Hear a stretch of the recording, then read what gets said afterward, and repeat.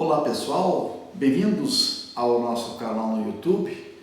A aula de hoje tem o objetivo de apresentar alguns argumentos sobre o que é o conhecimento a partir da filosofia.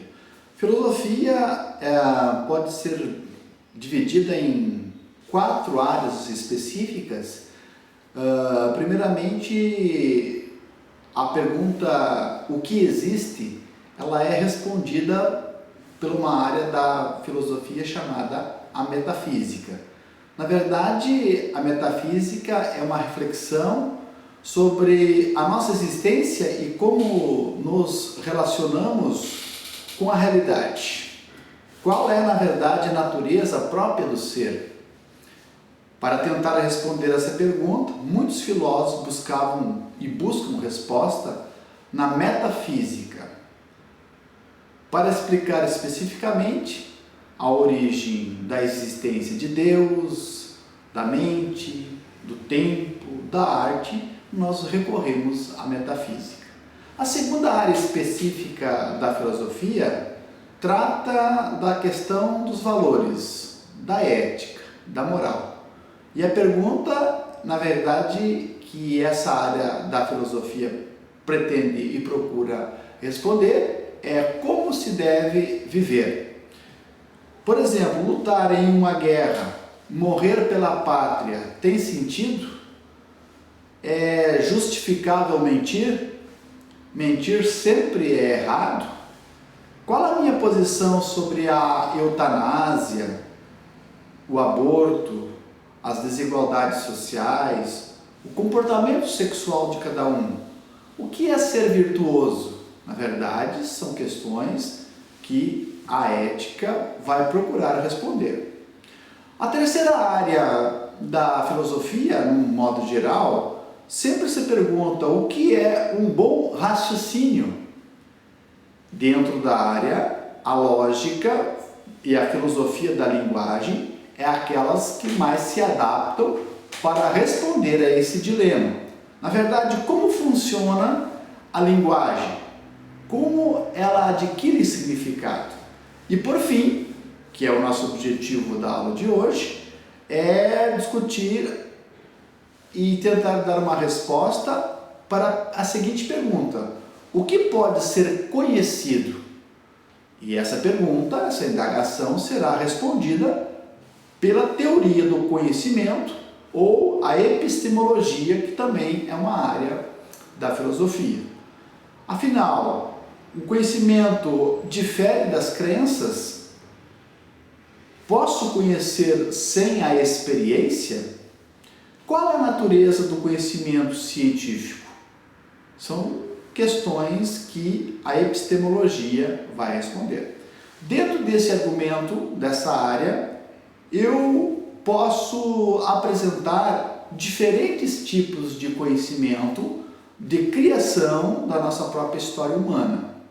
E eu começo com o primeiro conhecimento, que ele também vem, num certo sentido cronológico, primeiro do ser humano. Não quero dizer que esse conhecimento seja menor ou maior ou importante dentro da questão. Trata-se do conhecimento empírico. Aliás, antes do conhecimento empírico, é importante dizer que o conhecimento é próprio do próprio ser humano. Já Aristóteles, na obra A Metafísica, já expressava que todos os homens têm o desejo natural de conhecer, que é próprio do homem a descoberta, a curiosidade sobre as coisas, e isso faz com que o próprio homem se realize no mundo.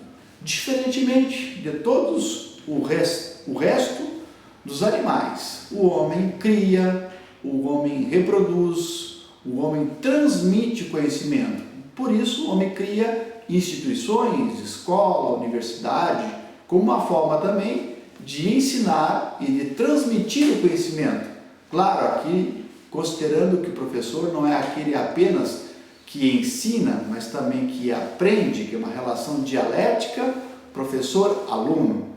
Então, diferentemente todos os animais, o homem tem essa capacidade de inovação, de criação. Antigamente o homem morava em cavernas, né? Hoje o homem constrói casas sofisticadas, o homem se comunica, o homem cria o conhecimento, a ciência, reproduz. Então nós temos essa capacidade de aprimoramento.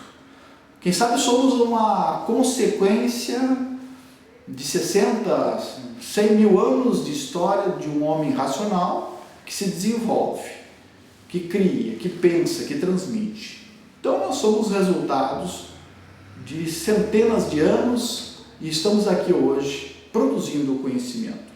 E o primeiro conhecimento, por que não dizer os tipos diferentes, o primeiro seria o conhecimento empírico, que, como a própria palavra diz, vem de empiria, vem da experiência, que seria um conhecimento mais ordinário da vida, proporcionado pela experiência, do contato imediato dos nossos sentidos, a visão, a audição, o tato, o paladar, com a realidade. Alguns pensadores dizem que não existe nada na mente humana sem ter passado pela experiência, pela sensação. E nós temos aqui, vamos lembrar a teoria de John Locke, que diz que a mente humana seria uma tábula rasa. Ele seria um dos pais do empirismo moderno, juntamente com Francis Bacon, que o antecede. Quer dizer que não existe nada na mente humana sem antes ter passado pelos sentidos. Então são duas correntes da filosofia. Tem uma corrente mais empirista, que diz que a mente humana, para adquirir o conhecimento, a mente humana deve ter esse contato com a experiência, com o contato com a realidade, os nossos sentidos com o contato com a realidade, diferentemente dos racionalistas, como Platão, como Descartes, dizem que o conhecimento já é inato na mente humana. Bom, o conhecimento empírico, ele é um conhecimento muitas vezes adquirido pelo acúmulo de experiências e pelas práticas da vida, pelas experiências da vida. É um conhecimento, de certo sentido, pragmático, ele surge dos interesses, das necessidades. Na verdade, conhecemos aquilo que temos necessidade para viver. Conhecer para viver e não conhecer por conhecer. É um conhecimento, de certa forma, individual, é um conhecimento trazido pela vida, não necessariamente serve para o conhecimento individual. Por exemplo, ervas, se eu estou, por exemplo, o chá de cidreira, de boldo, serve para acalmar. Para mim, em certo sentido, tem um significado e pode ter uma questão de resolução, mas essa resolução não é coletiva, não é universal, ela serve para mim. Então é um conhecimento individual, é um conhecimento trazido também pela experiência, não existe lógica muitas vezes, não existe um método profundo, é um conhecimento de certa forma desordenado, assistemático e também muitas vezes que acrítico. Fundamenta-se no senso comum, quer dizer, não exige grande compreensão e também não exige grande criticidade. Esse seria um dos primeiros conhecimentos que o homem adquiriu no trânsito da história, conhecimento empírico. O segundo conhecimento trata-se do homem da palavra sagrada, ou conhecimento religioso, ou mais ainda, um conhecimento mitológico. Chegou um momento que o homem não conseguiu compreender e conseguiu responder aos seus enigmas e às suas angústias e às suas perguntas sobre a existência humana a partir do conhecimento empírico, que ele teve que buscar elementos sobrenaturais, elementos de ficção, para poder responder às suas angústias, às suas dúvidas. Então surge o homem religioso, o homem da palavra sagrada. Então, sempre o conhecimento religioso não prescinde da dinâmica da fé, da crença. Para poder ser feliz, para poder se salvar, para poder resolver os seus dilemas, o homem tem que acreditar num ser superior, numa instituição, num dogma, para os vazios, para as angústias da sua própria vida. Tem que participar da dinâmica da crença, da fé. Portanto, chegou o momento que nós teremos um outro tipo de conhecimento não mais empírico, muito menos um conhecimento religioso, mitológico, mas um conhecimento filosófico, que cronologicamente ele vem após o conhecimento mais mitológico. Isso não quer dizer que hoje esses conhecimentos não existem na nossa realidade de uma forma mesclada. Ora, o conhecimento empírico, o conhecimento religioso, o conhecimento mitológico e também o conhecimento mais filosófico. Chegou o momento, então, que o homem grego, no século V, antes do nascimento de Cristo, da nossa era, teve um ambiente geográfico, social, político, econômico favorável para que o homem grego desse esse salto qualitativo e quantitativo também. A importância de explicar o mundo, não através da experiência, muito menos uma explicação religiosa, mitológica, mas uma explicação para o mundo a partir da razão, a partir do logos, a partir do discurso. Então, para os dilemas da vida, nós temos uma explicação racional. Por isso que surgem os primeiros pensadores, os primeiros filósofos serão aqueles que terão, a partir dos elementos da natureza, da água, do fogo, do átomo, vão explicar o mundo através de argumentos racionais. Para a origem, na verdade, a grande pergunta dos primeiros pensadores gregos era sobre a origem do mundo, a questão cosmológica. E todos eles buscavam uma explicação racional, filosófica, para resolver os dilemas. Tales de Mileto, Heráclito, Parmênides, Anaximandro, são os primeiros pensadores que podem ser encaixados dentro dessa dinâmica do conhecimento filosófico. Então, o conhecimento filosófico surge numa tentativa de dar uma explicação mais convincente, mais racional sobre os problemas da existência. Superação do conhecimento mais mitológico. Para a filosofia, nós não podemos abrir mão do processo de admiração, do processo de curiosidade e de um certo espantamento sobre as questões da própria existência. Garcia Morente, que é um comentador da filosofia, diz que para ser filósofo a gente precisa puerilizar-se. Significa, vem de pueril, vem de criança. Para ser filósofo, nós precisamos nos questionar, ter um processo de perguntas, de curiosidade, sempre se despindo de questões mais de um certo pedantismo, que a própria filosofia muitos se encarregam de ser, ou os filósofos, de serem mais pedantes. A filosofia ensina a humildade, ensina porque se reconhecer como aquele que está aprendendo. Como o grande pensador Sócrates cunhou a frase atribuída a ele, só sei que nada sei. Quer dizer, diferentemente de outros, dos políticos, dos dramaturgos, dos sofistas da época, o Sócrates tinha a consciência de que quanto mais ele compreendia, ele se dava conta da sua própria ignorância, diferentemente dos outros intelectuais, políticos da época. Então é preciso puerilizar-se, é preciso tornar-se criança para fazer filosofia no sentido de questionamento, de se perguntar. Platão é outro pensador, um filósofo que é considerado um dos pais da teoria do conhecimento, principalmente numa alegoria contada no livro 7 da República, que é a alegoria da caverna, em que ele separa dois mundos, na verdade, um mundo mais, que ele chama o mundo sensível, que seria o mundo da caverna, o mundo das sombras, ele chama isso de mundo da doxa, que é a opinião, que é um mundo que a gente, esse mais real, e o mundo inteligível, que é o mundo das ideias, é o mundo da episteme, da ciência.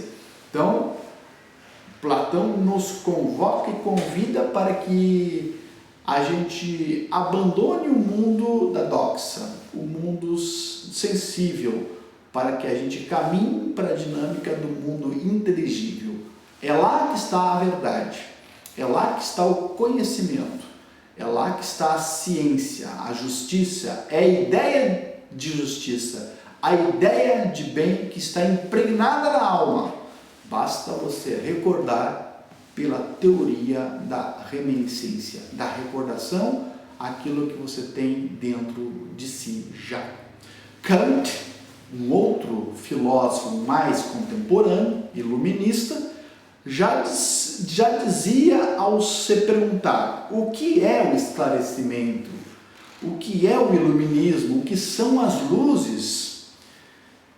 Luzes, iluminismo, é a saída do homem para fora da sua minoridade. Minoridade, porque só o homem pode sair através do conhecimento. Por isso que ele diz, sapere aude, significa ouse saber, tenha coragem de te valer do teu próprio entendimento e não seja tutelado por ninguém. Abandone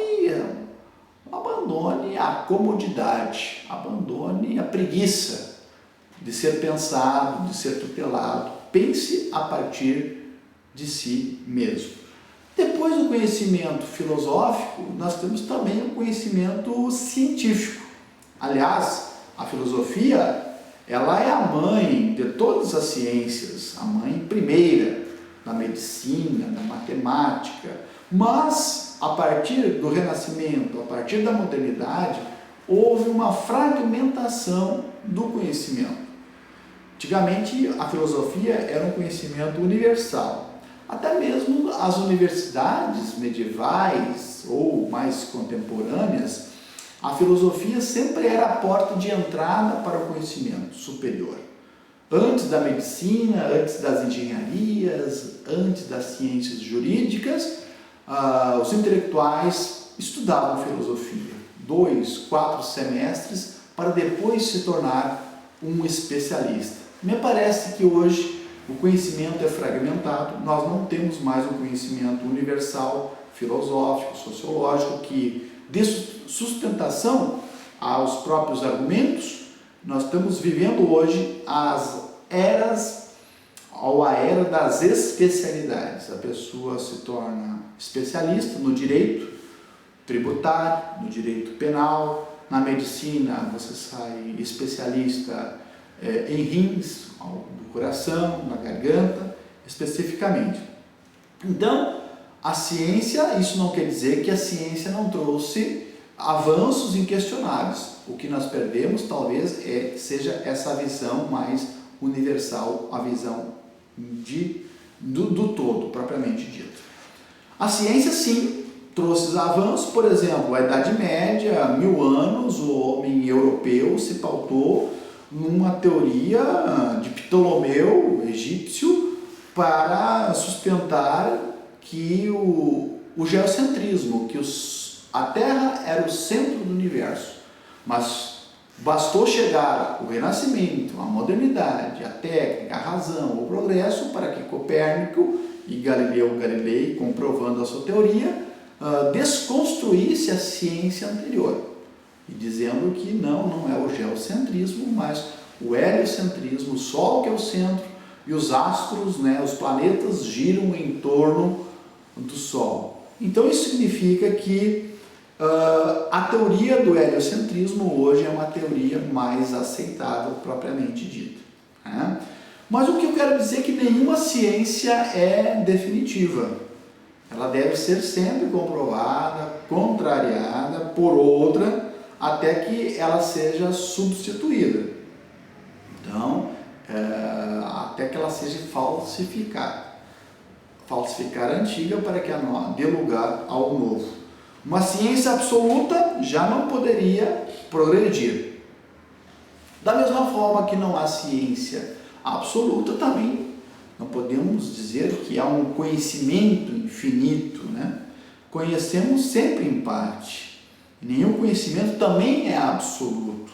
Ninguém pode se dizer detentor da verdade. Nunca, na verdade, conhecemos absolutamente o que é, nem tudo o que é. Então, não existe uma verdade certa, nós estamos sempre buscando conhecimento, buscando uma clara evidência para aquilo que é correto, tanto na ciência como também no conhecimento. Bom, pessoal, rapidamente eu apresentei as diferentes áreas da filosofia, os diferentes tipos de conhecimento, e espero ter contribuído, ajudado a vocês a entender um pouco, e até uma outra oportunidade neste mesmo canal. Um abraço.